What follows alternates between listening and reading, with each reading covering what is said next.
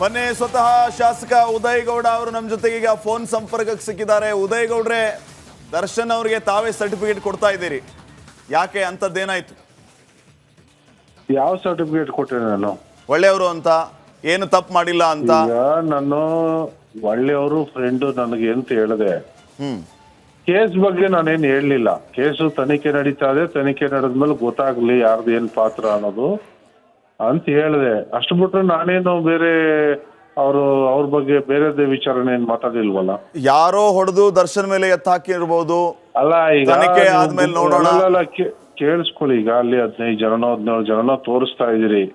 ಅದ್ರಲ್ಲಿ ಯಾರು ಹೊಡೆದವ್ರೋ ಯಾರ್ದು ಏನ್ ಪಾತ್ರ ತನಿಖೆ ಆಗ್ಲಿ ಬಿಡಿ. ಯಾಕೆ ಸುಮ್ನೆ ನೀವು ಅರ್ಜೆಂಟ್ಗೆ ನಾನ್ ನೋಡಿದ್ದೀನಿ, ನೋಡ್ಲಿಲ್ಲ. ಕೇಳಿ ಅರ್ಜೆಂಟ್ ಇಲ್ಲ, ನಾವು ನೋಡಿಲ್ಲ, ನೀವು ನೋಡಿಲ್ಲ, ಯಾರು ನೋಡಿಲ್ಲ. ಪೊಲೀಸರು ಅವ್ರದೇ ಆದ ರೀತಿಯಲ್ಲಿ ತನಿಖೆ ಮಾಡ್ತಾವ್ರೆ.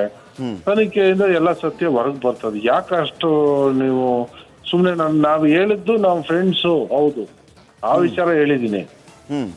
ಕೇಸ್ ಬಗ್ಗೆ ನಾನೇನ್ ಮಾತಾಡ್ಲಿಲ್ಲ. ಕೇಸ್ ನಡೀಲಿ, ತನಿಖೆ ಆಗ್ಲಿ, ಅದ್ರ ವಿಚಾರ ಗೊತ್ತಾಗುತ್ತೆ ಅಂತ ಅಷ್ಟೇ ಹೇಳಿದೀನಿ.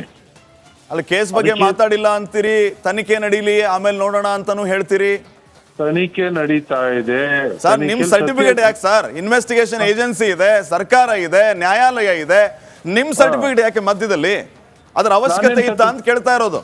ನಾನ್ ಸರ್ಟಿಫಿಕೇಟ್ ಏನ್ ಕೊಟ್ಟಿಲ್ವಲ್ಲ ಸರ್. ಒಳ್ಳೆಯವ್ರು ಅಂತ ಹೇಳಿದ್ರಿ, ಮುಂಗೋಪ ಜಾಸ್ತಿ ಅಂತ ಹೇಳ್ತೀರಿ, ಸಿಟ್ಟು ಜಾಸ್ತಿ ಅಂತ ಹೇಳ್ತೀರಿ. ನಾನು ಹೇಳ್ದೆ, ನೀವೆಲ್ಲ ನಿಮ್ಮ ಇದಕ್ಕೋಸ್ಕರ ನಿಮ್ ಇಷ್ಟ ಬಂದಂಗ್ ಟಿವಿಲಿ ಹಾಕೋಬಿಟ್ರೆ ನೀವು ಮಾತಾಡಿ ತೋರಿಸ್ತಾ ಇದೀವಿ. ಇಷ್ಟ ಬಂದಂಗ ಯಾರು ಹಾಕೊಂಡಿದ್ದಾರೆ? ನೀವು ದರ್ಶನ ಕೊಲೆ ಮಾಡುವವನಲ್ಲ ಆತ ಅಂತ ಹೇಳಿದಿರಿ, ಕೊಲೆ ಮಾಡುವವನಲ್ಲ ಅಂತ ಹೇಳಿದಿರಿ. ಅಂದ್ರೆ ಅದು ಗೊತ್ತಾ ನಿಮಗೆ? ಅದು ನಿಮಗೆ ಗೊತ್ತಾ? ಅದು ನಿಮಗೆ ಗೊತ್ತಾ? ಹಾಗಾದ್ರೆ ನೀವು ನೋಡಿದ್ದೀರಾ? ಹಾಗಾದ್ರೆ ಅದನ್ನ ನಾವು ಅರ್ಜೆಂಟ್ ಮಾಡ್ತಿದ್ದೀವಿ, ನೀವು ಅರ್ಜೆಂಟ್ ಮಾಡ್ತಿದ್ದೀರಿ.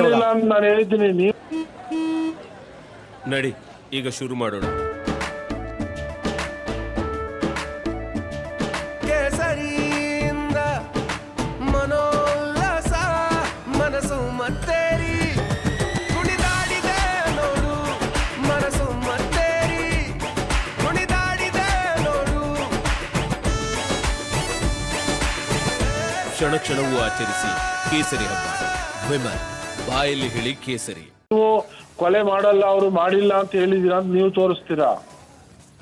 ಸರ್, ನೀವ್ ಹೇಳ್ತಿರೋದು ಕೊಲೆ ಮಾಡುವವನಲ್ಲ ಅಂತ ಹೇಳಿದೀರಾ. ಅದು ಗೊತ್ತಾಗಾದ್ರೆ ಅದು ನಿಜನ? ಹಾಗಾದ್ರೆ ಕೊಲೆ ಮಾಡುವಂತ ವ್ಯಕ್ತಿ ಎಲ್ಲ ಅಂತ ಬುದ್ಧಿ ಇರ್ಲಿಲ್ಲ ಅಂತ ನಾನು ಹೇಳಿದೀನಿ. ಅಲ್ಲ, ಈಗ ಬಗ್ಗೆ ಕೇಸ್ ಆಗಿದೆ, ತನಿಖೆ ನಡೀತಾ ಇದೆ, ತನಿಖೆಯಲ್ಲಿ ಗೊತ್ತಾಗುತ್ತೆ ಬಿಡಿ ಅಂತ ನಾನು ಹೇಳಿದೀನಿ. ಉದಯ್ ಗೌಡ್ರೆ ಕ್ಲಾಸ್ ಸುಮ್ನೆ ಅದನ್ನ ಡೈವರ್ಟ್ ಮಾಡಿ ಯಾಕೆ ಇದ್ ಮಾಡ್ತೀರಾ? ಅಲ್ಲ, ನೀವು ಮಾತಾಡೋದೇ ಅಗತ್ಯ ಇರಲಿಲ್ಲ. ಆಗಿದ್ರೆ ನೀವು ಮಾತಾಡೇ ತಗಲಾಕಂಡ್ರಿ ಅನ್ಸುತ್ತೆ. ನೀವ್ ಯಾಕೆ ಮಾತಾಡ್ಬೇಕು ಆ ವಿಚಾರ? ನಾನೇನ್ ನೀವು ಮುಂದಕ್ಕೆ ಹುಡ್ಕೊಂಡ್ ಬಂದಿಲ್ಲ ಸ್ವಾಮಿ. ನಾನ್ ಬರ್ತಾ ಇದ್ದೆ. 10 ದಿನಗಳವರೆಗೆ ಮಾತನಾಡಿದವರು ಈಗ ನೀವು ವಕಾಲತ್ ವಹಿಸ್ತಾ ಇದ್ದೀರಾ.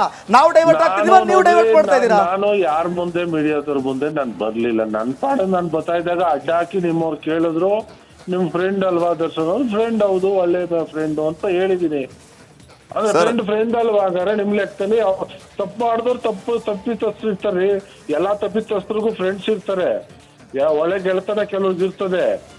ಸರ್, ನನ್ನ ಒಂದು 2-3 ಪ್ರಶ್ನೆಗೆ ಉತ್ತರ ಕೊಟ್ಬಿಡಿ ನೇರವಾಗಿ ಉದಯ್ ಗೌಡ್ರೆ. ಅಲ್ಲಲ್ಲ, ಕೇಳಿ. ಈಗ ದರ್ಶನ್ ಪರವಾಗಿ ನಿಮ್ಮ ವಕಾಲತ್ ಯಾಕೆ?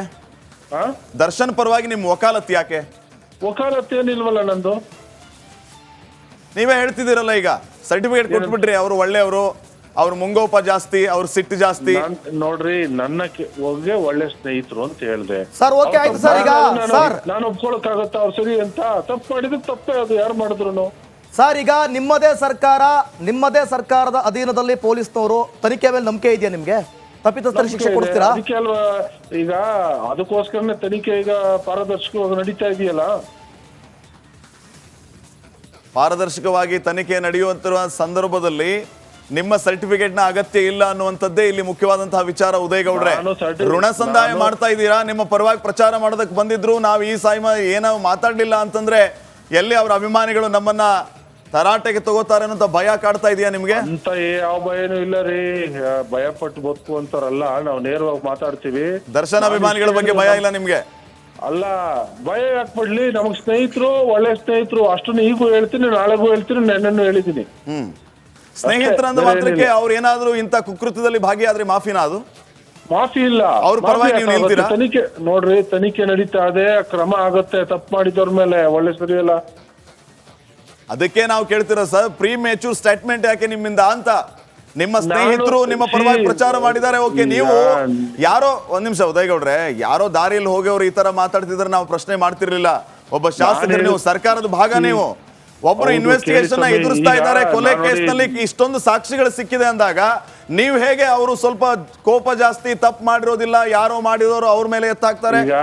ನಿಮ್ಮ ರೆಸ್ಪಾನ್ಸಿಬಿಲಿಟಿ ಅಲ್ವಾ? ನೀವು ಮಾತಾಡೋಕ್ಕಿಂತ 1000 ಸರಿ ಮುಂಚೆ ಯೋಚನೆ ಮಾಡಬೇಕು.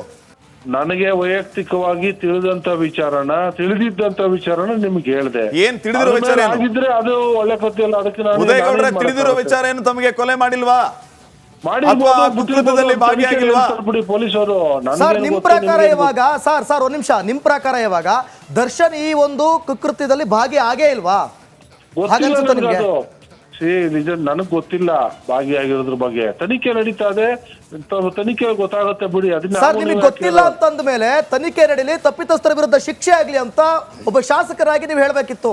ಮುಂಗೋಪ ಜಾಸ್ತಿ ಕೊಲೆ ಮಾಡುವಂತವ್ರಲ್ಲ, ಯಾರೋ ಮಾಡಿಸಿರ್ಬೋದು.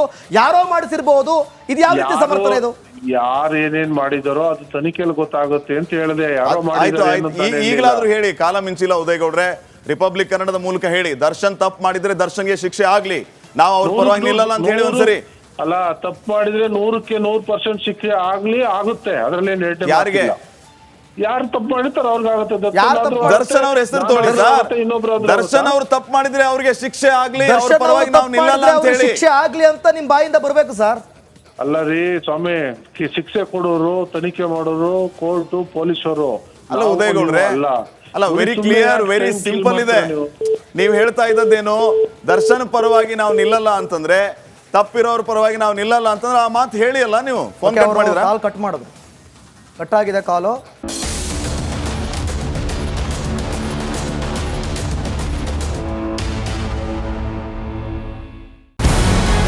ನಮಸ್ಕಾರ, ಕರ್ನಾಟಕ ಪ್ರೈಮ್ ಟೈಮ್ಗೆ ಸ್ವಾಗತ. ನಾನು ಜಯಪ್ರಕಾಶ್ ಶೆಟ್ಟಿ. ಇಡೀ ಕರ್ನಾಡು ಇವತ್ತು ರೆಬೆಲ್ ಆಗಿ ನಿಂತಿದೆ. ಈ ಹಗರಣಗಳನ್ನು ಸದನದಲ್ಲಿ ಪ್ರಸ್ತಾಪ ಮಾಡಲು ಕೂಡ ಕಾಂಗ್ರೆಸ್ ಹಿಂದೇಟು ಹಾಕಿದ್ದೇಕೆ? ನಿಮ್ಗೆ ಸಂಬಳ ಅದಕ್ಕೆ, ನಿಮಗೆ ವಾಹನ ಅದಕ್ಕೆ, ನಿಮಗೆ ವೆಪನ್ ಅದಕ್ಕೆ, ನೀವು ಅದನ್ನು ಸೆರೆ ಹಿಡಿಬೇಕಾಗಿತ್ತು. ನೀವು ವಿದ್ಯುತ್ ಬರ ಇದೆ ಅಂತ ಹೇಳ್ತಾ ಇದ್ದೀರಿ, ಎಲ್ಲಿ ಬರ ಇದೆ ನೀವು ಹೇಳಬೇಕು. ಪಾಕಿಸ್ತಾನ್ ಆಕ್ಯುಪೈಡ್ ಕಾಶ್ಮೀರ್ ಅದು ಎಂದೆಂದಿಗೂ ನಮ್ಮದು. 40 ಮೆಷಿನ್ಗಳು ತಂದಿತ್ತು ನೋಟ್ ಎಣಿಸುವುದಕ್ಕೆ, ಅದೇ ಹಾಳಾಗಿದೆ. ಮಥುರಾದ ಗಲಾಟೆ ಇದೆಯಲ್ಲ, ಅದು ಸ್ಥಳೀಯವಾಗಿ ಕೂತು ಪರಿಹರಿಸಬಹುದಾದಂಥ ಕಾನೂನಿದೆ. ಗ್ಯಾರಂಟಿ ಯೋಜನೆಯಿಂದ ನಷ್ಟ ಆಗಿದೆ, ಲಾಭ ಆಗಿದೆ, ದಯವಿಟ್ಟು ಹೇಳಿ. Dawood Ibrahim most wanted criminal ಯಾವಾಗಾದ ಅಂದರೆ ಇಲ್ಲಿ ತನಕ ಭಾರತ ದೇಶದಲ್ಲಿ ಓರ್ವ ದಲಿತ ಪ್ರಧಾನಿಯಾದಂಥ ಇತಿಹಾಸವೇ ಇಲ್ಲ. ರಿಪಬ್ಲಿಕ್ ವರ್ಲ್ಡ್ ಆಪ್ ಇದು ಕೇವಲ ಅಪ್ಲಿಕೇಶನ್ ಅಲ್ಲ, ಸಮಗ್ರ ಸುದ್ದಿಗಳ ಸಂಪರ್ಕ ಮಾರ್ಗಕ್ಕೆ ಕ್ರಾಂತಿಕಾರಿ ಬದಲಾವಣೆ. ರಿಪಬ್ಲಿಕ್ ವರ್ಲ್ಡ್ ಆಪ್ ಕೇವಲ ಸುದ್ದಿ ಅಪ್ಲಿಕೇಶನ್ ಅನ್ನ ಪರಿಚಯ ಮಾಡ್ತಾ ಇಲ್ಲ, ಬದಲಾಗಿ ಡಿಜಿಟಲ್ ಸುದ್ದಿ ಬಳಕೆಯ ಹೊಸ ಯುಗಕ್ಕೆ ನಾಂದಿ ಹಾಡ್ತಾ ಇದೆ. ಇದೊಂದು ಬ್ರೇಕಿಂಗ್ ನ್ಯೂಸ್, ಪ್ರಭಾವಶಾಲಿ ಕಾರ್ಯಕ್ರಮಗಳಿಗೆ ಗಟ್ಟಿಯಾದ ವೇದಿಕೆ. ರಿಪಬ್ಲಿಕ್ ವರ್ಲ್ಡ್ ಅಪ್ಲಿಕೇಶನ್ ಈಗ ಲೈವ್ ಆಗಿದೆ. ಗೂಗಲ್ ಪ್ಲೇ ಸ್ಟೋರ್ ಮತ್ತು ಆಪಲ್ ಆಪ್ ಸ್ಟೋರ್ ಎರಡರಲ್ಲೂ ಲಭ್ಯವಿದೆ. ಈಗಲೇ ಡೌನ್ಲೋಡ್ ಮಾಡಿ.